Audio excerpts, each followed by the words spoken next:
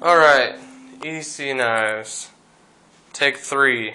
So, before I get into the knives, first thing on the table is Coast G19. Thank you, son. Coast G19 that I carry almost every day. I've had a couple of these now and don't really care for any other lights. These are about $10 and they're awesome.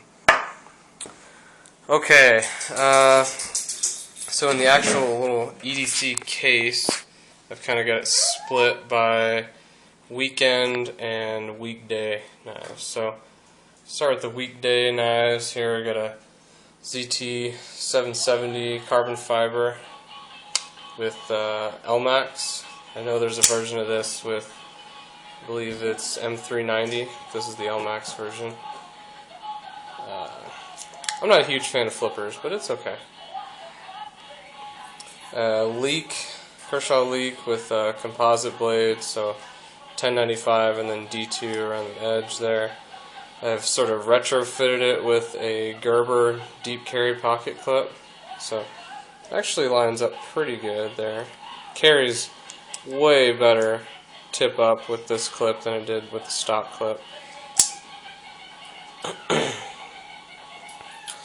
Benchmade mini grip 556. Got the pocket clip painted there, so I work in a secured area, so I can't carry blades that are more than about 3 inches. So one of the things I also like to do is sort of make them blend in a little bit. Mini barrage here, fantastic. Can't say enough good things about the barrage. Yeah, and then I have basically the larger versions of both of those matching there. So obviously full size 551. Moving into the sort of weekday, not going to work knives. This one's the Tonto version of the full size barrage, and this one really has some miles on it, which I always like to see use on a tool. Still kicks hard. Got just a tiny bit of blade play in it, but you can tell it's well earned. I've got a pair of Kershaw blurs there. That's the plain edge and S30V. The blur's okay. It rides a bit high in the pocket for me. It doesn't kick super hard for an assisted knife. I'm considering filing down this Track Tech insert in the back here so it comes out of the pocket a little bit easier. Also the Tonto serrated version, which is not really my favorite either, but I got a pretty good deal on this one on eBay used. This one actually seems to kick a little harder, and this is in the Sandvik steel, I believe. I don't know if it actually says that. And then a Gen 1 ZT 0550. And when I bought this on eBay, it was advertised as no blade play, no lockup issues at all. And then, of course, when I got it, it had a little bit of lock rock, kind of a, I don't know if you can hear it, kind of a creaky lock to it. It wasn't really a showstopper for me. I got a good deal on it. It still has a pretty good, it's probably about a 55% lock up there. So not perfect, but it's not going anywhere.